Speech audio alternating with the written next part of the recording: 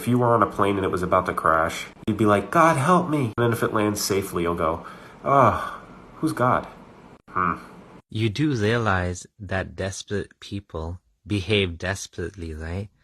If your plane is crashing and there's nothing else you can do except cry to God, do you really think that's going to save you? Do you really think that praying to God is going to make a difference at that point in time? Why don't we look at studies? Why don't we look at the evidence?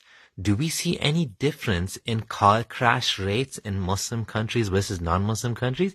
In fact, there might actually be more car crash deaths in Muslim countries because they don't wear seatbelts. So all of this, Subhanalladhi sakhalana hada wa ma kunna lahu mukrinin wa inna ila rabbina lamunqalimun, the dua, the adhkar that you say before traveling, it doesn't do anything.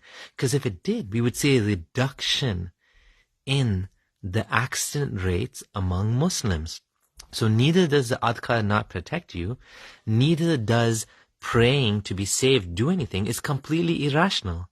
It's like someone that's losing their brain cells because they're desperate. They're going to do anything they can. That doesn't mean it makes sense. That's not even a good argument, man. Try harder.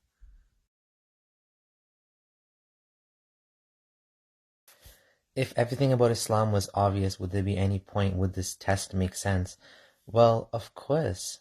If there's a test and the answer is Islam, then it should be supremely obvious because the punishment of hell is so intense and so severe, there should be no ambiguity whatsoever about what the right decision is.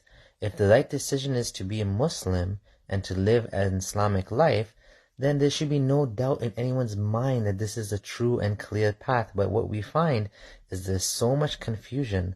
There are a multitude of sects, a multitude of interpretations, and a lot of evidence that seems to indicate that Islam is actually made up and not the true religion of God, but rather a copy-paste of paganism, Judaism, and some Christian beliefs thrown in there. Also, why don't you talk about Christianity ever? 'Cause I'm ex-Muslim, duh! More seriously, I have talked about Christianity. I've written about Christianity. Here's an article written, Is Christianity a Threat to Human Progress? Written April 2019. So I have articles on it. I've also had discussions with many Christians. For example, I've had a discussion with Christian Prince, or maybe you can call it kind of like a debate. I also frequently have ex-Christians on my channel for interviews. I've had an ex-Mormon, I've had an ex-Jehovah's Witness, and I've had a lot of ex-Christians as well who have talked to me and have explained to my audience of 50 to 60,000 viewers, 50 to 60,000 subscribers, why they left Christianity. I'm an atheist, but I am ex-Muslim, and so I talk about things that are closer to my heart and that were more important to me, which is Islam, not Christianity.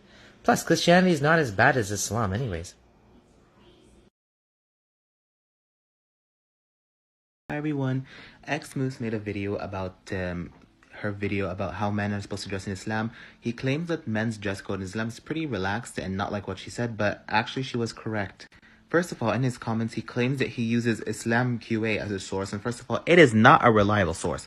Islam QA actually is just a random questionnaire where random people answer the questions. Even if they write it in a vague professional type of way, they're not scholars. I don't know where you're getting this. Islam QA is a random website where random people answer questions, not scholars? Islam QA is actually a highly respected website among Salafis. It is made by Sheikh Saleh al-Munajjad, a Syrian scholar. So, I don't know why you're saying random people. No. If you don't like Islam QA, you're most welcome to give me another reference for another website, a scholarly Islamic website, that says otherwise. I'd be happy to read it. I myself have lived in the Middle East, and I was raised there, and we were also taught about Islam. Men must cover from below their knees and above their navel, which means they can't walk around shirtless, and they have to cover below their knees, exactly how she said. It does say, it actually tells Islam, in the Quran, it tells Muslims for men to dress modestly first before women.